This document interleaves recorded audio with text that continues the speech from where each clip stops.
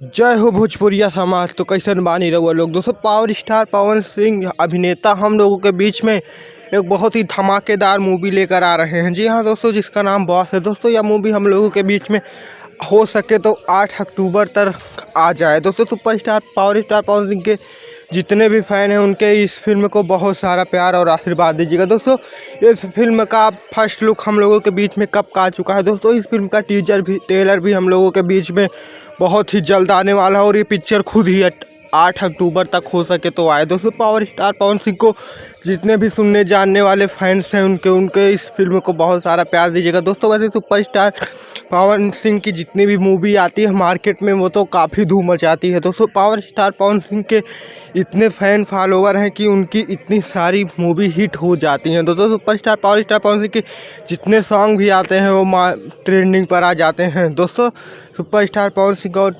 भोजपुरी को जितने भी सुनने जानने वाले फैंस हैं वो हमारे इस चैनल को सब्सक्राइब कर लें, क्योंकि हम अपने इस चैनल पर सुपरस्टार पवन सिंह की सबसे पहले न्यूज़ आपको देते हैं। मिलते हैं नेक्स्ट वीडियो में, तब तक के लिए जय हिंद, जय भारत, जय भोजपुरी समाज।